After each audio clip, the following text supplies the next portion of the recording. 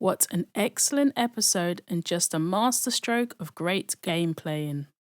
From 22 players to our eventual winner, this season did not disappoint. Those last 10 minutes were some of the most tense, exhilarating, and annoying piece of TV I've watched since the last Traitors season finale I watched. I won't give away which country it was, but I may do some videos about it. The first roundtable in the episode saw Evie banished. It was inevitable given it was her against Jasmine in the previous one. 2 faithfuls and 2 traitors left. End the game or banish again. All 4 voted to banish again. Andrew voted for Harry, but Andrew was banished.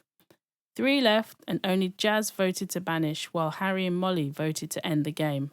One final vote to determine who won. I was trying not to show who were my favourites in the previous videos, but I think I'll just put that out now. From day one, out of the faithfuls, Jasmine and Jazz were my favourites, and out of the original traitors, it was Harry. Once Paul was banished, I fully wanted Jasmine and Jazz to be in the final, but as we got closer to it, I didn't even rate their chances.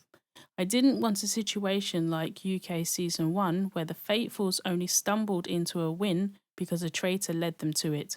I wanted either the faithfuls to win because they actually figured it out, or a traitor to win based on excellent game playing. Jazza Christie nearly had it, but as I mentioned in a previous video, Molly wasn't going to vote against Harry. I think the nation lost it when she said she wanted to change her mind when it had looked like she had originally written Harry's name. It's easy for us viewers who have all the information to see how it should have all played out. The contestants have to deal with both emotion and logic, and sometimes the emotion as well as the situation takes over. It might not have come across Molly's mind in that space of time to question why Jazz would want to banish again. Harry and Molly had pretty much been close from early on, while Molly had doubts about Jazz. I don't fully buy into the notion of this added layer of more than friendly feelings towards Harry.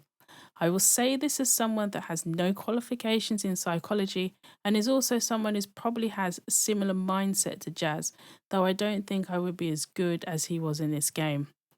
Sometimes the last person who can see they are being played is the person that is closest to them. In this case, Molly was the closest to Harry. She wasn't the only one that wouldn't or couldn't even think of Harry being a traitor. When Jazz went to Evie and Zach earlier in the season, they were not receptive to his theory. People have questioned why did Jazz leave it so late. He would never have the numbers. The only hope was really when there was 5 of them.